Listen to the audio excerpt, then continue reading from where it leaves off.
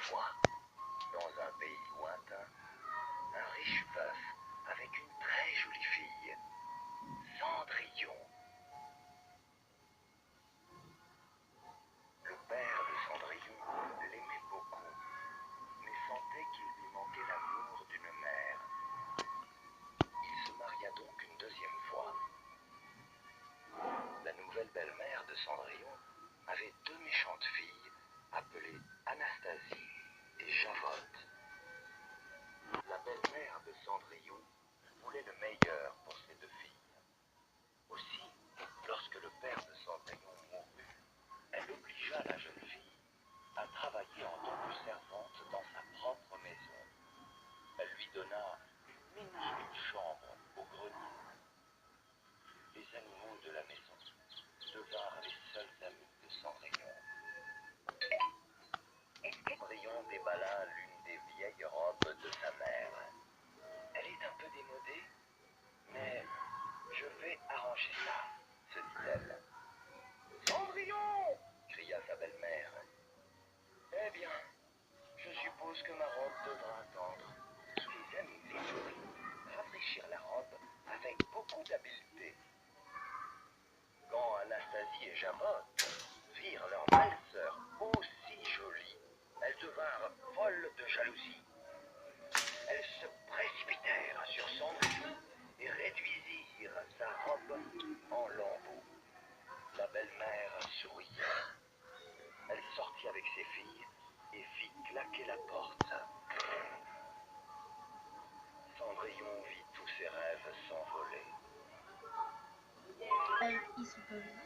Cendrillon courut dans le jardin et se jeta sur un banc. Lorsqu'elle leva les yeux, une inconnue était près d'elle.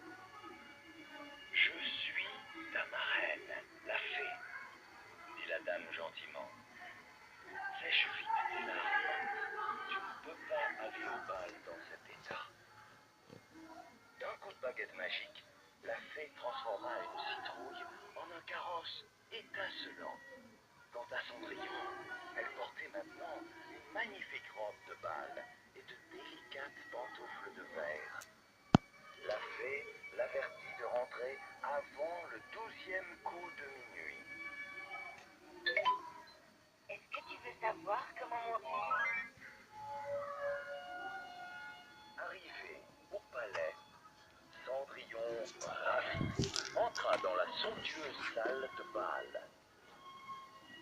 Lorsqu'il l'aperçut, le prince comprit que c'était la fille la plus magnifique qu'il ait jamais vue. Il la prit par la main et l'invita sur la piste de danse. Dans les bras du prince, Cendrillon avait l'impression de flotter dans les airs.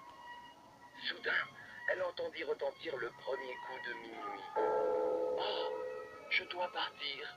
s'exclama-t-elle.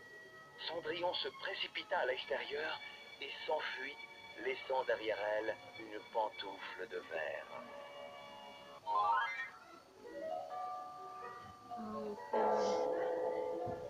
Au dernier coup de minuit, la belle robe disparut et Cendrillon se retrouva à nouveau en guenille. Elle portait encore une pantoufle de verre. Au palais, le prince déclara qu'il épouserait la jeune fille à qui la pantoufle de verre irait parfaitement. Le grand-duc lança les recherches. Il devait faire essayer la pantoufle de verre à chaque jeune fille jusqu'à ce qu'il trouve l'heureux élu.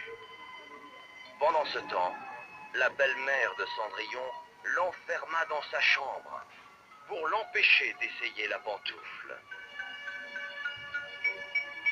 Nana!